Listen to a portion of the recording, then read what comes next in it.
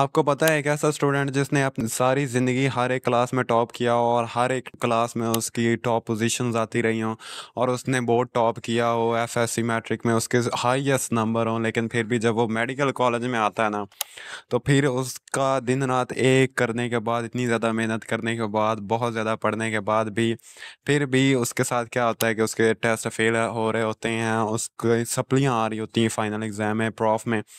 तो ऐसा क्यों होता है? ऐसा इसलिए होता है, ये नहीं है कि उसने पढ़ा कम होता है, ऐसा इसलिए होता है कि उसने उस स्ट्रैटेजी के साथ नहीं पढ़ा होता। जब तक आपने एफएससी की वो एक अलग सिस्टम था, जब आप एमबीबीएस में आ गए ना तो ये एक अलग सिस्टम है। हमारे साथ भी ऐसे ही होता रहा है। जब हमें फर्स्ट ईयर का पता चला कि हमने एमबीबीएस में आके पढ़ना कैसे है, हमारी मेडिकल रूटीन कैसी होनी चाहिए, तब तक हमारी फर्स्ट ईयर गुजर चुकी थी। और मेरे भी बहुत सारे टेस्ट फेल हुए। शुरू शुरू में मेरे फिजियो के टेस्ट फेल होते रहे, लेकिन एंड पे अल्हम्दुलिल्लाह मैंने इसको रिकवर किया। और जब तक हमें पता चला कि हमने इसको लेके कैसे चलना था, हमने इसको पढ़ना कैसे था, हमारी फर्स्ट ईयर गुजर गई थी। तो आज मैं आपको इन सारी बातों के बारे में बताऊंगा जो मैंने अपनी पूरी फर्स्ट ईयर के दौरान सीखी, और मैंने जो कुछ सीखा, मैंने जो एक्सपीरियंस किया, और मैं आप लोगों के साथ शेयर करना चाहता हूं कि बजाय कि आप रिग्रेट करने के फर्स्ट ईयर के एंड पे आपको सारी बातें पता चल जाएं जो आपको फर्स्ट ईयर के दौरान पता होनी चाहिए। और ये सारी वो बातें जो मैंने अपने एक्सपीरियंस से हासिल की हैं, और मैं रिग्रेट भी करता हूँ कुछ बातों पे। तो बजाय कि आप इन बातों के रिग्रेट करो, तो मैं कहता हूँ कि अपने सारे एक्सपीरियंस आपके साथ शेयर कर दूँ। तो अपने सारे एक्सपीरियंस शेयर करने के लिए I am a here from Sahiwal medical college, doctor Safwan Naveed from second year MBBS. सबसे पहला पॉइंट हमारे पास आता है एकेडमिक्स का। एकेडमिक्स में जब आप मेडिकल लाइफ में आते हो ना, आप लोग सारे आए हो एमडी कैट क्रैक करके, इतने ज़्यादा पोजीशंस लेके पिछले अपनी सारी क्लासेस में।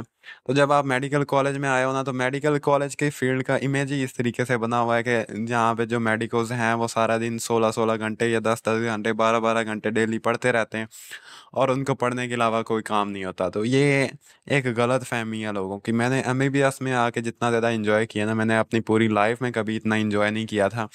तो आपने बजाय कि 16-16 घंटे पढ़ने के, सिर्फ अगर आप डेली के 2 घंटे भी पढ़ लो ना, तो ये बहुत ज़्यादा है 2 घंटे, और पढ़ा नहीं जाता इतना एक दिन में एक भी मेडिकल स्टूडेंट से।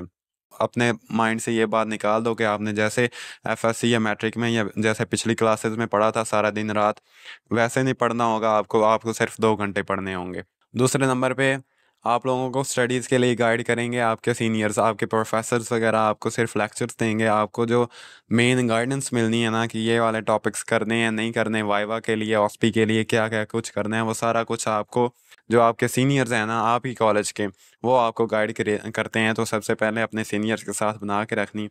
उसके बाद आपको सीनियर्स दो तरह के मिलेंगे। एक वो सीनियर होंगे जो आप पढ़ने वाले होंगे खुद, और जिनके डिस्टिंक्शंस होंगी, वो आपको कभी ऐसा नहीं कहेंगे कि क्यों नहीं पढ़ रहे हो या अभी से पढ़ना स्टार्ट कर दिया है। They will guide you in the best way, अच्छे तरीके से आपको गाइड करेंगे। लेकिन जो दूसरी तरह के आपको सीनियर्स मिलेंगे ना, वो ऐसे होंगे कि, ऐसे होता भी है, एमबीबीएस पास हो जाता है एक हफ्ते में। अगर एक हफ्ता पहले आप लोग पढ़ना स्टार्ट कर दोगे ना ब्लॉक से, तो आपका ब्लॉक एग्ज़ाम पास हो जाता है। लेकिन कुछ सीनियर्स जो हैं जिन्होंने ऐसे ही पढ़ा होता है, वो आपको क्या कहते हैं, शुरू शुरू में वो कहते हैं कि अभी से पढ़ना स्टार्ट कर दिया है, अभी से नहीं पढ़ना, ये नहीं करना, वो नहीं करना, सिर्फ आखिरी दिनों में पढ़ना है। तो ऐसा बिल्कुल नहीं है। अगर आप खुद सोचो कि आपने अगर एक हफ्ता पढ़ के एग्ज़ाम क्रैक किया और दूसरे ने साथ साथ पढ़ा हुआ है, तो किसके कंसेप्ट ज़्यादा होंगे? तो ऑब्वियसली उसके कंसेप्ट ज़्यादा होंगे। हाँ, हो जाता है, पास हो जाता है, एमबीबीएस में पास हो जाता है। ब्लॉक एग्ज़ाम पास करना इतना मुश्किल नहीं है। आप एक हफ्ता पहले पढ़ना स्टार्ट कर दो, आपका पास हो जाएगा। लेकिन आई सजेस्ट यू कि आपने साथ साथ पढ़ना है। एंड पे बहुत ज़्यादा टेंशन हो जाती है जब आपके पेपर होने लगते हैं। तो टेंशन बहुत ज़्यादा हो जाती है, स्ट्रेस बहुत ज़्यादा होती है, सिलेबस बहुत ज़्यादा होता है। सिलेबस का हमेशा ही मसला रहता है।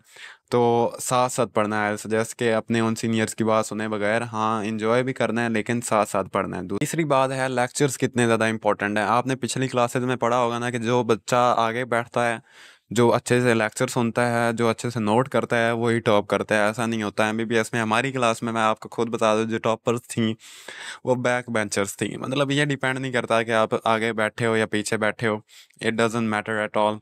जो चीज़ मैटर करती है ना, वो आपका पढ़ना है, आपने लेक्चर्स लेने हैं नहीं लेने हैं। ये यूट्यूब से आप देखोगे, शुरू शुरू में बहुत शौक होता है कि हाँ मैं लेक्चर लूँ, अच्छे तरीके से नोट्स बनाऊँ अच्छे से करके।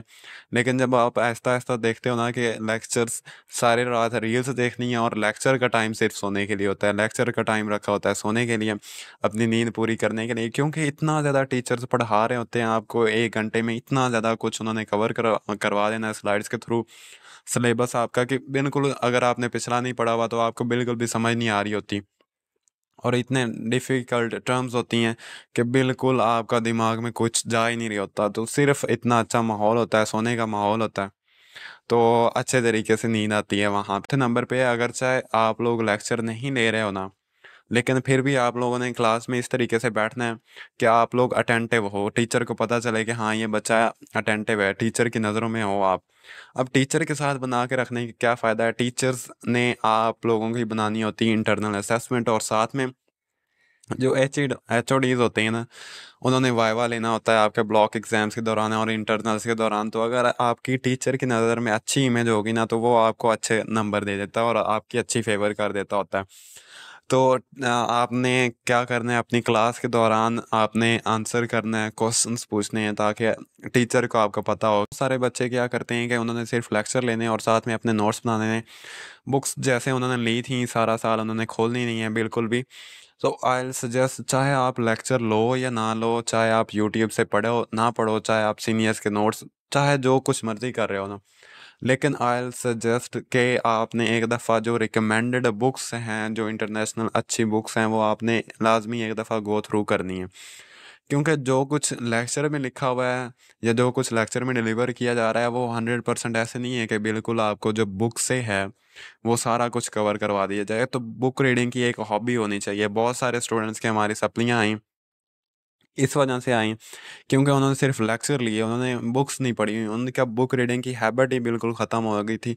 और एक जैसे बंदा आसानी में आ जाता है ना, कि बस लेक्चर लिया 10 15 20 मिनट का, आधे घंटे का, और सारा कुछ नोट कर लिया, उसके बाद भूल गया कि पढ़ना है नहीं पढ़ना। तो आई सजेस्ट कि आप लोगों ने एक दफ़ा रिकमेंडेड बुक्स ज़रूर पढ़नी है, उनके गो थ्रू ज़रूर कर लेना है। और अगर आपने सारी बुक्स की पीडीएफ लेनी है ना, सारी बुक्स, तो उन सारी बुक्स की पीडीएफ की जो ड्राइव का लिंक है, वो मैं अपने डिस्क्रिप्शन में दे दूँगा, वहाँ से आप लोगों ने डाउनलोड कर लेनी है, जो पीडीएफ आपको चाहिए होगी वो।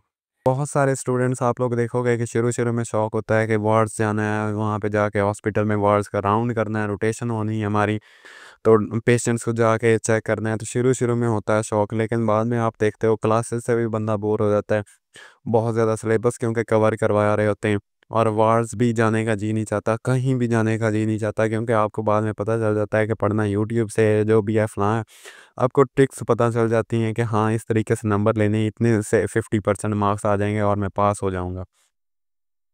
तो क्या है, आप लोग बेसहारा हो जाते हो। लेकिन हम लोगों ने भी ऐसे ही किया, एंड पे आके फर्स्ट ईयर के एंड में आके हम लोग क्या करते कि वार्ड्स बिल्कुल ही नहीं गए, और हमने बहुत सारी क्लासेस छोड़ भी दी शुरू-शुरू एंड पे आके। तो बाद में हमें बहुत फ़ील हुआ कि हाँ, वो वाले वार्स जो थीं, जो हमने प्रैक्टिकल करने थे, वो हमारे रह गए हैं, और उनका कंपनसेशन कहीं से हो ही नहीं सकता।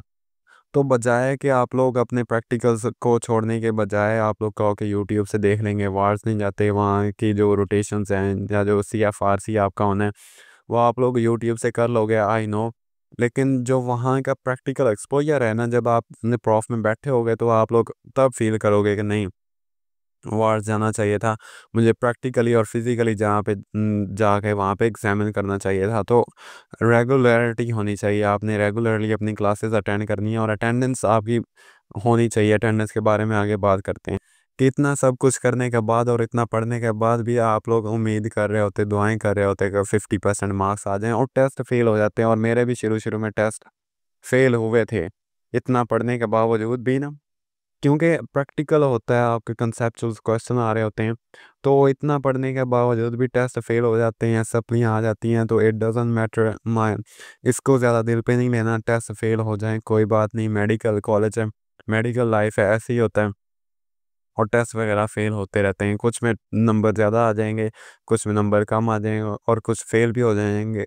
पढ़ने वाले बच्चों के फ़ेल हो जाते हैं, तो इस बात को अपने दिल में नहीं लेना कि हाँ टेस्ट फ़ेल हो रहे हैं मेरे, सबके होते हैं टेस्ट फ़ेल।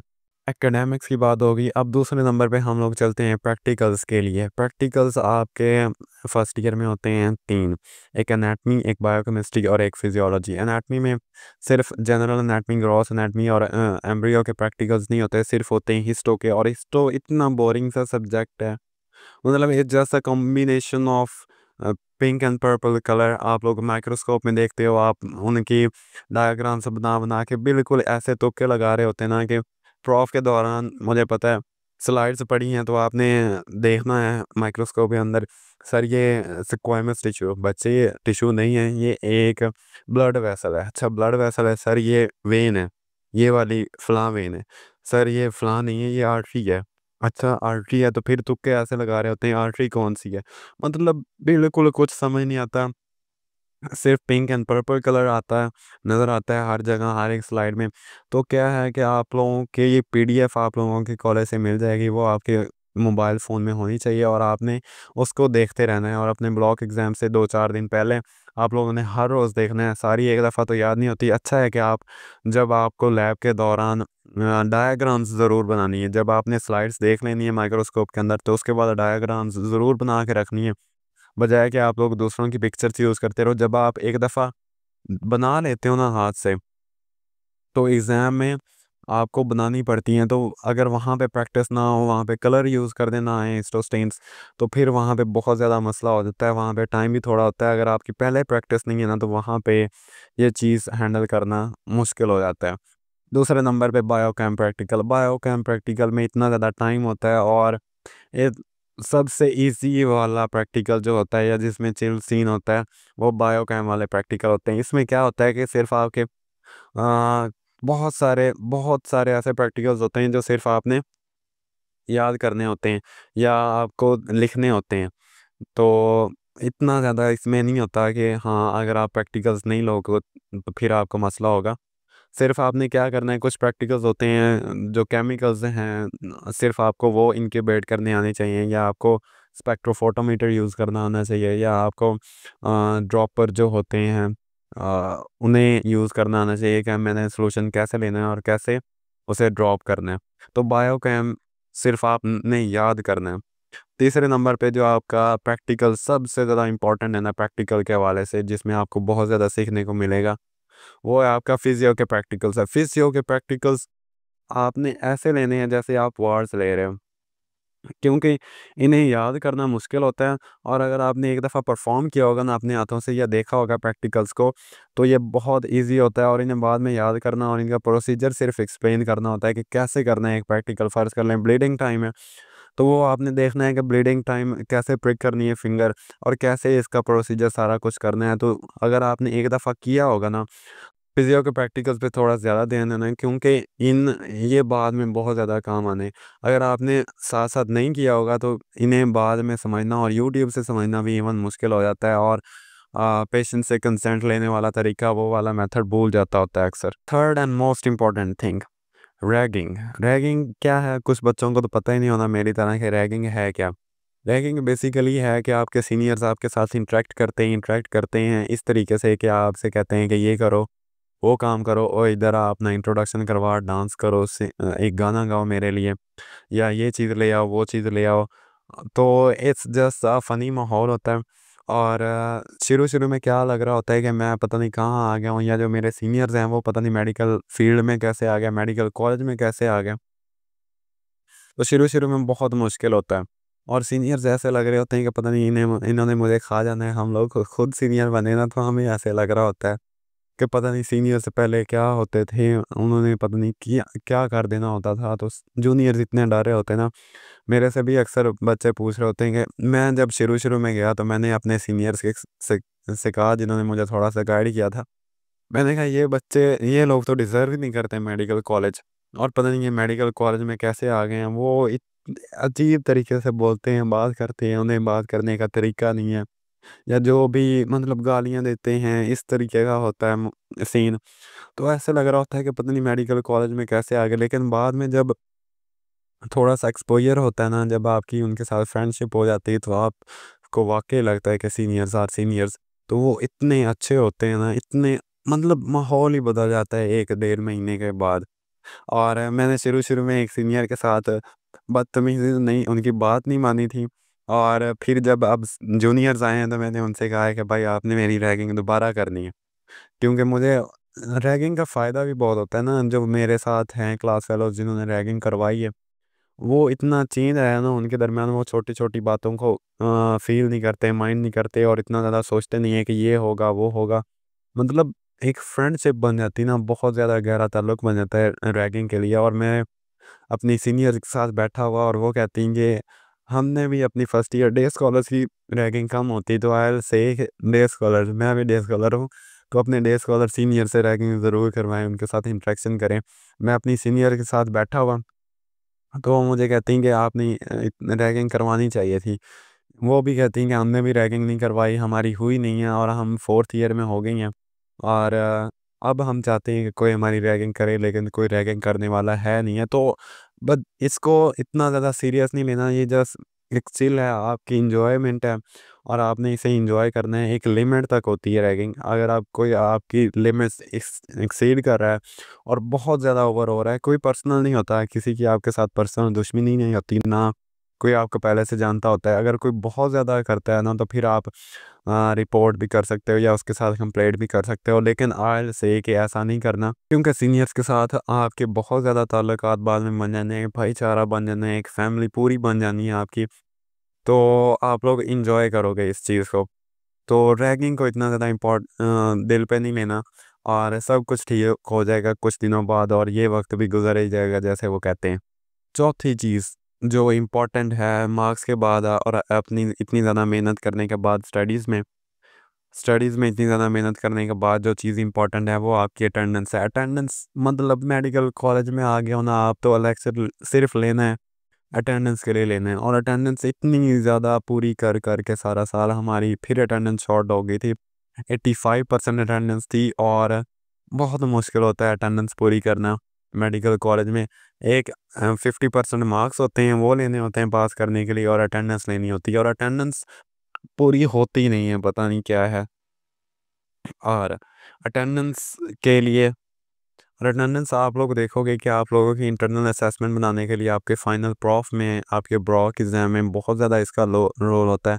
मार्क्स के साथ साथ जो चीज़ मैटर करती है वो अटेंडेंस है और अपनी अटेंडेंस शॉर्ट नहीं होने देनी और कोशिश करनी है कि क्लासेस, जैसे मैंने आपको पहले बताया कि वार्ड्स जो हैं या क्लासेस हैं, प्रैक्टिकल्स हैं, वो मिस नहीं करने और उन्हें रेगुलरली लेते रहना है। और अटेंडेंस आप लोग देखोगे कि फिर भी शॉर्ट हो ही जाएगी, मेरी भी शॉर्ट हो गई थी, पता नहीं कैसे हो गई इतने सारा साल लेक्चर्स लेने के बावजूद।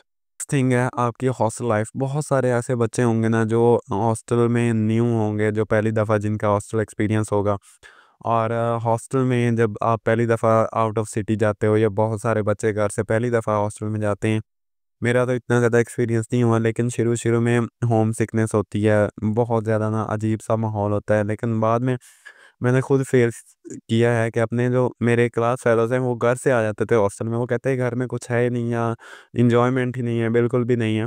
तो हॉस्टल लाइफ़ शुरू-शुरू में थोड़ी-सी मुश्किल होती है, लेकिन आप 1 महीने में, कुछ दिनों में एडजस्ट कर जाओगे। शुरू-शुरू वाला टाइम मुश्किल होता है। शुरू-शुरू में आपने स्टडीज़ पे इतना ज़्यादा फ़ोकस ना भी करो, सिर्फ़ एडजस्ट होना है आपने। अपने आप को एडजस्ट करना है, फ्रेंड सर्कल बनाना है और एन्जॉयमेंट करनी है, हॉबीज़ बनानी है अपनी हॉस्टल लाइफ़ के अंदर। तो हॉस्टल लाइफ़ के साथ-साथ जो आपको चीज़ सीखने को मिलेगी वो है आपकी मनी मैनेजमेंट। आपको मनी मन मैनेज करनी आ जाएगी, अपने जो अपने एक्सपेंसेस हैं वो मैनेज करने आ जाएँगे, अपना सब कुछ खुद ही मैनेज करना आ जाएगा। तो शुरू-शुरू में आप लोग देखोगे कि कुछ बच्चे हैं वो कहेंगे कि ये चीज़ खानी है, वो चीज़ खानी है, यहाँ पे खर्चना है, वो वहाँ पे खर्चना है, लेकिन बाद में वो बड़े हो जाते हैं, मैच्योर हो जाते हैं, जैसे कह लो। उन्हें पता चल जाता है कि हाँ, किस तरीके से चीज़ों को ले के चलना है और पैसे कहाँ पे खर्चने हैं, कहाँ पे नहीं खर्चने और कैसे। मतलब एक आपको पूरा एक्सपोज़र हो जाता है हॉस्टल लाइफ़ का और अपनी पूरी प्रैक्टिकल लाइफ़ का, तो बहुत कुछ सीखने को मिलता है हॉस्टल लाइफ़ में। MBBS is just a practical life. जितना आप ज़्यादा प्रैक्टिकल करोगे या जितना आप प्रैक्टिकल में ज़्यादा ध्यान दोगे, उतना आप ज़्यादा एक्सेल करोगे दूसरों से। तो हमने भी बहुत ज़्यादा प्रैक्टिकल्स किए, लेकिन एंड पे आके क्या होता है कि सिर्फ यूट्यूब ही सहारा होती है। तो एक ऐसा यूट्यूब चैनल है जहाँ पे आपको ऑस्पी और ऑस्पी सारा कुछ मिल जाएगा, तो मैं उसका लिंक अपने डिस्क्रिप्शन में दे दूंगा। और बहुत ही अच्छा है ना, हमने बस पेपर से एक दिन पहले उनकी वीडियोस देख लेनी होती हैं और सारा कुछ उन्होंने कवर करवा देना होता है। तो उस चैनल का लिंक भी मैं अपने डिस्क्रिप्शन में दे दूंगा, आप लोगों ने वो चेक कर लेना है।